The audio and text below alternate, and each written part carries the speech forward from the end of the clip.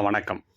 இன்னைக்கு அதிகமான நீர்நிலைகள் உள்ள நாடும், சுமார் 70% மக்கள் வந்து விவசாயத் துறையில் மட்டும் ஈடுபடும் நாடும் பற்றி தான் நம்ம முழுசா வந்து பார்க்க போறோம்.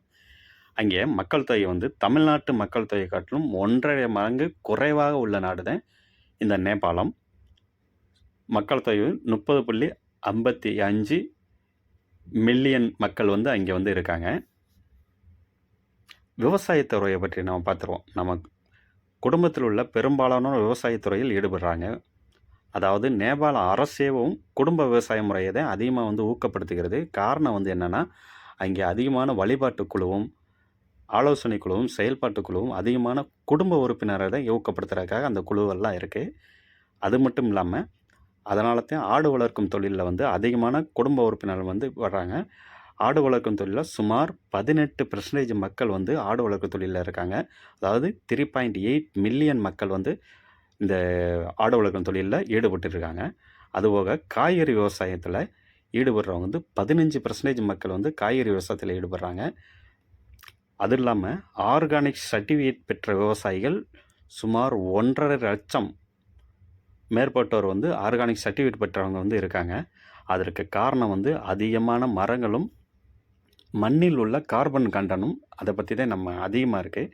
அதனால தான் அதாவது ஒரு சில பகுதியில் அந்த மண்ணில் உள்ள கார்பன் கண்டென்ட் சார்ட் வந்து இணைச்சிருக்கேன் பாருங்க. அதாவது 3.8% மண்ணில் உள்ள கார்பன் கண்டனும் இருக்குது. அதே இது குறைந்தபட்சம் 0.8% இருக்கிற கார்பன் கண்டென்ட் இருக்க பகுதியும் இருக்குது. 3.8% எந்த பகுதியில் இருக்கோ அந்த பகுதியில் தான் காய்கறி விவசாயமும் நெல் விவசாயமும் அதிகமாக பண்ணுறாங்க. குறைந்த அளவு உள்ள பகுதியில் தான் அங்கே வந்து பனிப்பகுதியாக வந்து இருக்குது. ஃபாரஸ்ட் ஏரியா பற்றி நீங்கள் பார்த்துருவோம். ஃபாரஸ்ட் ஏரியா வந்து சுமார் 45% ஃபாரஸ்ட் ஏரியா மட்டும் இருக்குது. அதனால தான் அங்கே மூங்கில் விவசாயம் பயிர் செய்கிறது வந்து 63,000 ஹெக்டேர் அளவுக்கு மூங்கில் விவசாயம் மட்டுமே பயிர் செய்கிறாங்க.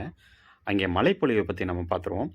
அங்கே கிழக்கு பகுதியில், கிழக்கு ஹில்ஸ் பகுதியில் வந்து அதிகபட்ச மழைப்பொழிவு 4000 mm வரை பெய்யுது. அதாவது நம்ம மலேசியாவில் பார்த்துருந்தோம் அந்த அளவுக்கு வந்து அதிகமான மழைப்பொழிவு வந்து இருக்குது. குறைந்தபட்ச மழைப்பொழிவு வந்து மேற்கு பகுதியில் சுமார் 500 mm அளவுக்கு வந்து குறைந்தபட்ச வெப்பநிலை வந்து பதிவாகுது. இங்கே வந்து மொத்தம் 8 முக்கியமான பெரிய ஆறுகள் வந்து இருக்குது. அது எல்லாமே சேர்ந்து இணையிற இடம் தான் கங்கை.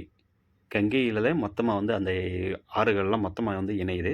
சரி, வெப்பநிலையை பற்றி பார்த்துருவோம். வெப்பநிலை வந்து 0 டிகிரியிலேருந்து அதிகபட்சம் 30 டிகிரி செல்சியஸ் வரையில் அங்கே வந்து இருக்குது. காய்கறி விவசாயத்தில் சுமார் 15% மக்கள் வந்து காய்கறி விவசாயத்தில் மட்டும் ஈடுபடுறாங்க. அதாவது 3 பில்லியன் அளவுக்கு சுமார் 3 பில்லியன் மக்கள் வந்து இந்த காய்கறி விவசாயத்தில் மட்டும் ஈடுபடுறாங்க. அந்த காய்கறி விவசாயம் பண்ணுறது எல்லாருமே எந்த இடத்துலனா, அந்த மண்ணில் உள்ள கார்பன் கண்டென்ட் எந்த இடத்துல அதிகமாக இருக்கோ அந்த பகுதியில் இது வந்து விவசாயம் வந்து காய்கறி விவசாயம் பண்ணுறாங்க.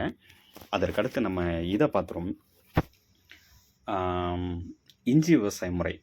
உலகத்திலேயே இஞ்சி விவசாயத்தில் 4வது இடத்துல இருக்கிற நாடு தான் இந்த நேபாளம். அதுபோக ஏலக்காய் விவசாய முறையை பற்றி பார்த்துருவோம். ஏலக்காய் விவசாயத்தில் டிஷ்யூ கல்ச்சர் முறையில் கன்றுகளை அதிகமாக உற்பத்தி செய்து ஏலக்காய் உற்பத்தியில் உலகிலேயே 4வது இடத்துல வந்து இருக்குது. அதாவது இஞ்சிலையும் ஏலக்காயிலையும் இரண்டுமே 4வது இடத்துல உலகத்திலே உற்பத்தி அதிகமாக செய்கிறதுல இருக்குது. அதுக்கடுத்து கொள்ளு பருப்பு உற்பத்தியில் வந்து இந்தியாவை காட்டிலும் சுமார் 4.5 மடங்கு குறைவாக உள்ளது. சிறிய நாடு தான் அந்த அளவுக்கு வந்து உற்பத்தி வந்து செய்யுதுன்னா பார்த்துங்க. அதாவது நேபாளம் வந்து அதுபோக இது கொள்ளு பருப்பு வந்து சுமார் உலக அளவில் சுமார் 4% கொள்ளு பருப்பை வந்து உற்பத்தி செய்யுது. அதுக்கடுத்து இங்கே அதிகமாக வந்து நீர்நிலைகள் இருக்குது. என்னென்ன நீர்நிலைகள் எல்லாமே உள்ளே வந்து இணைச்சிருக்கேன். அந்த நீர்நிலைகளில் கங்கையில் வந்து இணைக்குது. அதுக்கடுத்து நெல் உற்பத்தியை பற்றி பேசிடணும். நெல் உற்பத்தி வந்து சுமார் 4 மில்லியன் மெட்ரிக் டன் அளவுக்கு வந்து வருடத்துக்கு உற்பத்தி வந்து செய்கிறது. அந்தளவுக்கு இந்த நாடு வந்து 2008 தான் சுதந்திரம் அடைஞ்சது. அதற்கு முன்னாடி வரையிலும் மன்னர் ஆட்சி வந்து நடந்தது. அதுபோக இங்கே விவசாயத்துறை வந்து தோல்வியடைகிறதுக்கு முக்கியமான காரணம் என்ன சொல்கிறாங்கன்னா, இயற்கை சீற்றங்களால் மட்டுமே தான் தோல்வியடையுது. அதிகமான மழைப்பொழிவும் அதிகமான பனி இதனால தான். அதுபோக மலைப்பகுதியில் அதிகமான இயந்திரங்களை அதிகமாக பயன்படுத்த முடியாதது. அதை நடவு பண்ணுறதுலேருந்து ஒரு சில அறுவடை இயந்திரம், ஒரு சில இயந்திரங்கள் வந்து கொண்டு போக முடியாது. அது ஒரு காரணமாகவும் சொல்கிறாங்க. பெரும்பாலும் ஒவ்வொரு பகுதி நிலத்துக்கு ஏற்ற மாதிரி ஒவ்வொரு பகுதிக்கு ஏற்ற மாதிரி விவசாய முறைகளை செய்திருக்காங்க. இந்த நாடு வந்து அதிகமான இந்து தேவாலயங்கள் அதிகமாக கொண்டுள்ள நாடு. புத்த மதங்களும் அதிகமாக வந்து அங்கே இருக்குது. சரி, நம்ம விவசாயத்துறையை மட்டும் பேசுவோம்.